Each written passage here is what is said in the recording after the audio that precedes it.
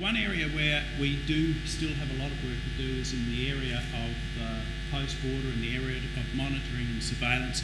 This is very important from the point of view of developing new markets, because of course today, if we want access to markets, we have to be able to demonstrate freedom from a pest and disease. In other words, we've moved from not known to occur to known not to occur. So that aspect of our biosecurity system is important from the point of view of access to world markets. And finally, over the past decade or so, we've seen the development of emergency response arrangements through the Agency of Animal Health Australia and Plant Health Australia, which again is an area where we're leading the world and which adds some benefit to our trading system. I think that's an appropriate segue into the industry and government partnership approach. Historically, we have tended to be fragmented. There's been an us and them approach, that there has been a view that government's about regulation rather than facilitation. That sense has certainly changed, and it was aided by the approach from NAN, which was the concept of quarantine, as it was known then, being a shared responsibility, whereas and now where we talk about biosecurity, Bill came up with the concept of one biosecurity, a working partnership. I've seen this partnership operate very successfully in areas like the industry consultative committees, where in areas of co-regulation between industry and government, the development of partnerships internationally, because of course we are talking about international trade in both directions, and most significantly also the sharing of information.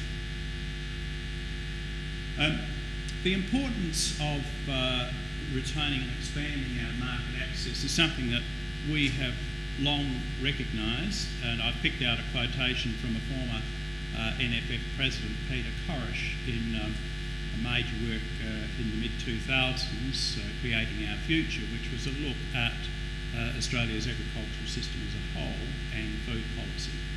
And Peter's words refer to trade liberalisation and improved market access as being essential to farmers and food producers, and I think that's a self-evident truth. So we come to the fundamental question of how we might retain our existing markets and expand new markets. Fundamental to that is the engagement or involvement between industry and government. Often industry has information that's critical to developing new markets or retaining existing markets. Similarly, government, of course, has the international contacts and responsibility for negotiating. I think of an example that occurred a little under 2 years ago, where it looked as though Australia might lose access to the Egyptian wheat market, a market worth about $400 million. That was over a concern about ergo, a fungus disease that does have implications for food safety at high levels. The world standard is 0.05%. The Egyptians had a zero tolerance, and through the intervention and involvement of our government negotiators, we were able to reach agreement with the Egyptians for a level which, as I recall, was 0.01, which is still well below the world standard. So that was just a small example of how existing markets can be retained, where the technical knowledge is used by our government negotiators to ensure that we do retain important industries.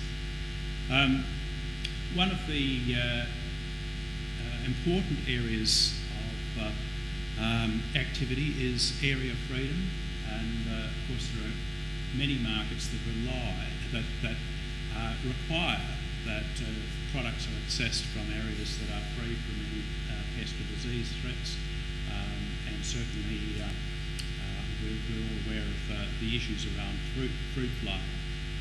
Food safety is, again, is a very topical issue. Increasingly, and we heard this again this morning, more and more markets are becoming discerning, are requiring assurances on not only the way, the safety of food, but in fact, in some instances, where and how food products are actually produced. So there are critical issues in gaining access to markets where we can take advantage of our relative freedom from pests and diseases, as the Minister said this morning, our clean and wholesome food products, to actually gain access to new markets. And one of the important things, and again this was mentioned this morning, is that we need, as a country with a higher cost base than some of our competitors, we need to look to the premium markets. We have the advantage that we can produce premium products, and as I said, the world is becoming more discriminating. I can recall a decade or so ago at a grain industry conference, one Donald McGeechy saying, somewhat politically incorrectly, that Australian wheat producers were the first boat people. They grew anything they could put on a boat and send it overseas. Well, of course, we've become much more sophisticated, and as a result, we've been able to access markets that otherwise wouldn't have been available to us. So there are opportunities to further develop premium markets. And finally, we shouldn't overlook the importance of research and development. The ability, first of all, to have the diagnostic capability to identify pests and diseases, the ability to provide assurance to our customers or our intended customers that our products are, in fact, free from any pests and diseases of concern, is fundamental, as indeed is our capacity to respond promptly in the case of an emergency response requirement, and even a potential threat. I'll give another grain example because it's the industry I come from. There was a case not so long ago where there was a claim that a shipment of Australian wheat that arrived in Pakistan was affected with carnal bun.